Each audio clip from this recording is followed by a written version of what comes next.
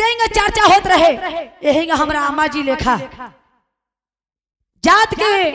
जात पात के हमने की भेवना नहीं खे। जब हम भगवान के गुरु मान लेनी सो देव में देव महादेव बनी औघर दानी बनी तो हमने के जात पात से भेवना नहीं खे। हमने के जतरे महादेव के जहां तकले आवाज जाता तहां तकले हमके सब गुरु बहन के ज्ञान बांटे के बा आ ज्ञान कुछ पावे के बा। उ जात के डोम में रही गुरु बहन वहां के 12 देवा से एगो बेटा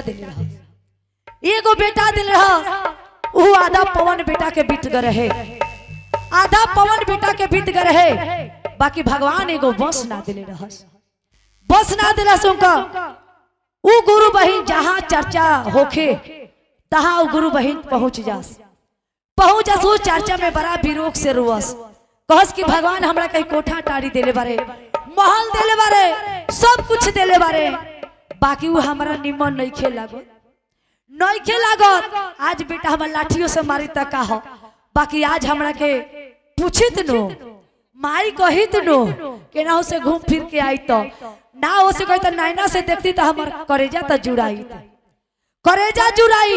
वो सोच के भगवान के चर्चा में जहां जास तहां रोस। गुरु बहन एक दिन कहत रही कि माया रहस गुरु बहन कहली कि ये गुरु बहन रौड़ा का बात है कि जहां जानी तहां चर्चा में रोइला रौड़ा का भंडारा में रौड़ा कमी बा अतः भंडारा में हमरा बहुत कमी बा कि हाथ ना ओन धन भगवान हमरा के दिलन कामना काम के कि एगो हमारा देवा सेवा से एगो बेटा मंगनी ओहू बेटा के हमरा आधा समय हमार बीत गए हमरा बेटा के समय बीत गए आया तक ले एगो हमरा आँखी के सोजा एगो भगवान पोता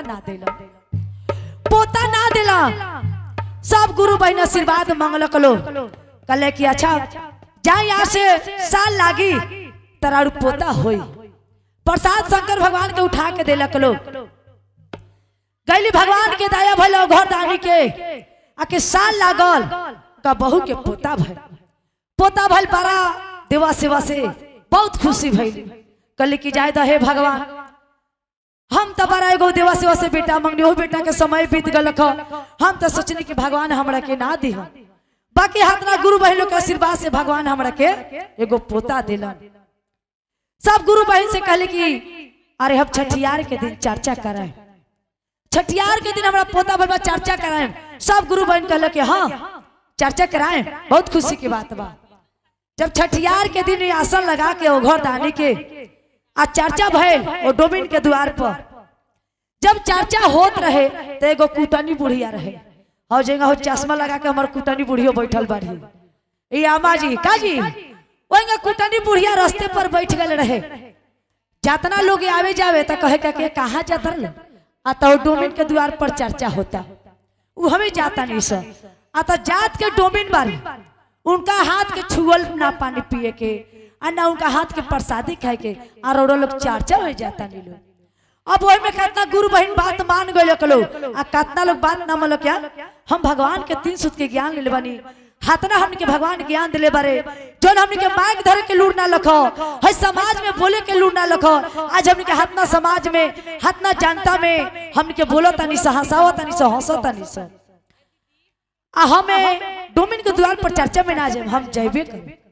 ओई में गुरु बहन लोग नाम मनलक जे नाम मनलक से चल गए आ जे मनलक से ना गए तो एगो राजा महाराजा रह जब चर्चा हुआ स्टार्ट बा तब एगो राजा महाराजा रह हमार भैया हो बैठल बारे काजी वही चर्चा जब सुनाए तो घोड़ा का गले कि बिलमा दिले अब बिलमा के कहले कि रोका तनी 5 मिनट सुन लेवे दा हमरा के कहलो कि देव में देव महादेव बनी जगत गुरु बनी कितना लोग कहेला के घर में काम धंधा नहीं खे एक के बेटा भतार एक के डांटे लाना एक के बेटा भतार के बस में नहीं खीसा ढेर लोग कहेला तो हमने के जब भगवान के ज्ञान लेल बन तो तनियो सा सुनाला तो बुझाला कि कम हाली हाली कामवा कोली तो जल्दी से हम चर्चावा में 5 मिनट खातिर चल जाए। तब का के भैया घोड़ा बिरमा के बैठ गए कहले कि रोका चर्चावा सुने दो 12 लोग चौक चौहटी पर बतियावे लगा आ कि फलनावा के मौगी गोल बिया नाचे गावे गोल बिया ओकरा डांटे उठे ना कोई नहीं खे अब बताओ ओकरा घर में कहले लोग कि चाय बिस्कुट ना मिलेला, उ गोल भी चाय बिस्कुट खाए। तब पहले के जमाना रहे आके हमने के गहूं पीस पीस के रोटी बनाई सब, मकई के भात खाई सब। आ ये घर के जमाना में लड़का अंगुरियों से ना छुई कहे से कि का खा लो सो बात बड़ा। आ हमने के मकइया के देखिए बाकी इतना धुना तानी सो। आ ये घड़ी के देखा तारू हाई ब्रिज के चाउर खाता लो, नाटवा चाउर खा की न बाप रे, कपड़ा फीचे के मशीन आ गइल बा, आटा साने के मशीन आ गइल बा, मसाला पीसे के मशीन आ गइल बा। हाँ अब कुछ दिन में रोटियों बेले के मशीन। तो लोग कहता कि बाप रे उठाने नहीं के होत, हमारा बैठाने नहीं के हो, काहे नहीं के हो, देख के मेहनत करो। आज हमने के चाहे से तो 5 कोस दौड़ जाए से, 5 कोस दौड़ जाए से, ये से कि हमने के हैबिट हो गई दौड़ा दौड़ा धुनो तो बोलो आ तनी दौड़ल तन दौड़ के दिखाई ना कहम कि ना आटा साने में हाथे दुखा जाता, कापरा फीचे में हाथ दुखा जाता। तो जब मेहनत करला तो मेहनत के भगवान मजदूरी जरूर देवेले, मेहनत के मजदूरी भगवान जरूर देवेले। तो राजा साहब कहले कि है कहले कि चाय बिस्कुट है, कितना अच्छा भगवान के भक्ति करता थे, कितना अच्छा भगवान के भक्ति करता थे। रुको तनी हम सुन के तबे हम घरे जाए। अब साँझ में जब चर्चा खत्म हो गए, दया मंगाए, आरती भइल, प्रसाद सब कोई के भेटाइल, रोजो साहब के प्रसाद दिया, रोजो साहब के प्रसाद दिया। जब राजा साहब प्रसाद लेके आ कुछ बहनी तो कहते लो कि तले कुटनी बुढ़िया कहता कि ये राजा साहब रोज चर्चा में करनी है का आ तो हाँ अरे हम देखनी कि कितना बढ़िया अच्छा गावत लख लोग, चर्चा भगवान के भक्ति करत लख लोग। वो चर्चा में बैठ के हम तरी से सुने लगनी है।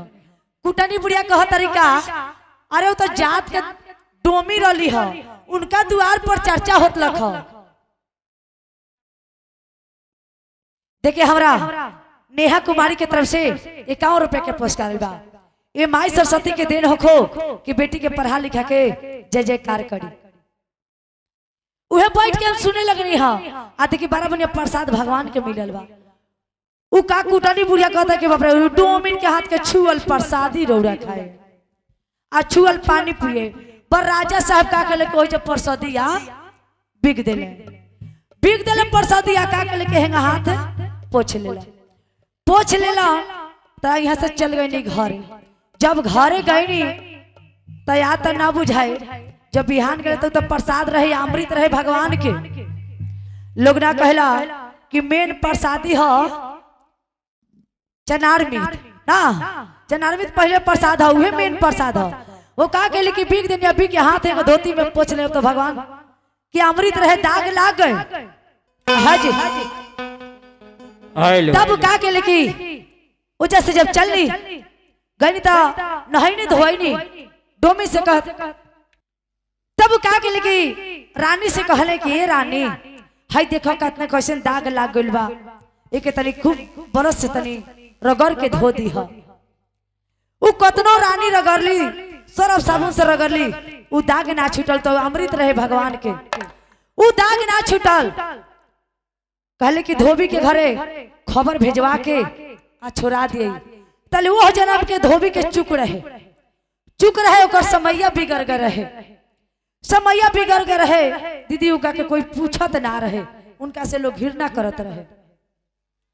बाकी धोबी मांग चांग के पौनी पसारी करके अपन बाल बच्चा के परवस्ती करत रह। राजा साहब खबर दिवेले अली धोबी कहली का समाचार बा, आता धोती के दाग छोड़ा दे के बा, आता सारा बाले बच्चे के हम भक्सी झोंकवा दे। धोती लेके गईनी, धोबीन कहली कि अब तो हम करी से का करी, अभी दाग ना छूटे तो हमने के बाले बच्चे सब भक्सी झोंका जाए सब। रात के धोबीन सुतत नहीं की, भगवान के गोहरावत तारी और रोवत तारी। तो पति देव कहले कि काहे इतना विरोग से रोवत तारू, अत ये से रोता नहीं कि राजा साहेबे धोती देले बारे वो में पता ना काथी के दाग बा, वो दाग छूटत नहीं खे, हम करी से का करी, वो दाग ना छूटी। आज हमने के बाले बच्चे के भक्सी राजा साहेब झोंक दिया। तले देखी भगवान बस गए। लोग ना कहला कि भगवान जब हमने के दर्शन होके के होई है तो हमके रास्ता चलत में हमके भंडारा भर जाए। रास्ता चलत में हमके भगवान के दया बरसत रही आ ने तो जानत रहे मन में मैली रखबू आ रोज भगवान के दुआरी पर ठेहिया देता रू। सास ससुर के पूछत नहीं खो, सास ससुर के पूछत नहीं कहे अपने गेरुआ बस्तर साड़ी पहन लेता रे आ कहत रे के बाप जय शिव बोल बा, जय शिव बोल बा, कावर लेके चल जाता लोग बोल बा काजी।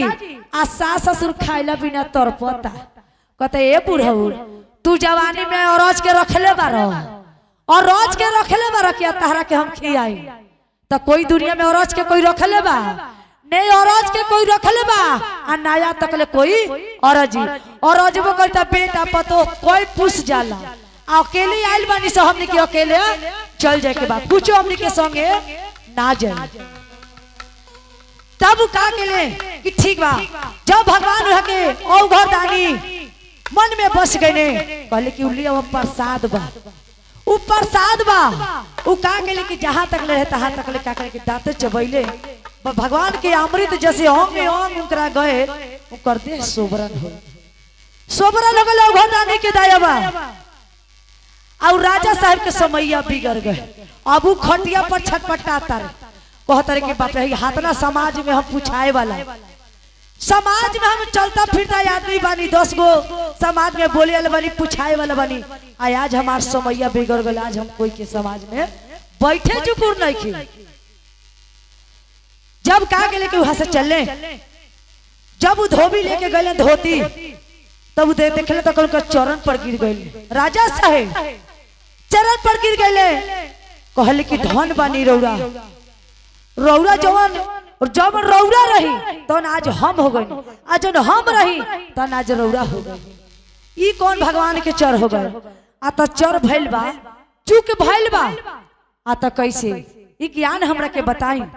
जेकरा ज्ञान ना रहले तो कोई गुरु बहिन जग ठानेला चाहे कोनो घर में विपद पड़ेला तो कोई ना कोई गुरु बहिन से पूछल जाला के गुरु बहिन ऐसे फलना घरे हमरा होता बेटा करता पतो करता चाहे हम ही करता नहीं गलती नाम बोलो बेटा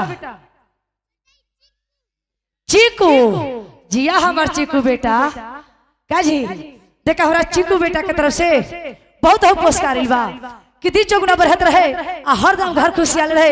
हमार चीकू बबुआ के उमरिया बढ़ जाओ आ लाख लाख बरिस आबाद रह। बाबा के तो आज जाही देता बाबा के हाँ ढाबम ना छोड़। जब कहले कि ठीक बा ई राउरो देह सुबरल हो जाई रोज डोमिन के द्वार पर गए रही आता हाँ बहुत अच्छा चर्चा होत रहे जब बैठ के सुनत रहे। अरे रोड़ा कुछ भेटाए रहे अतः हम प्रसाद भेटा रहे प्रसाद का कहनी तो प्रसाद तो हम बिक देनी कल की जब ले डोमिन के हाथ से तो प्रसादी ना खाए पानी ना पिए तब तक ले राउर देह सुबरन ना हो। अब तो राजा साहब इतना वचन सुन तो अब तो रात भर हुदबुदी ले बा बुझाता कब बिहान होकर कि डोमिन के द्वार पर हम जाए। जब बिहान भल नहा धोवा के भोरही डोमिन के द्वार पर राजा साहब पहुंचले।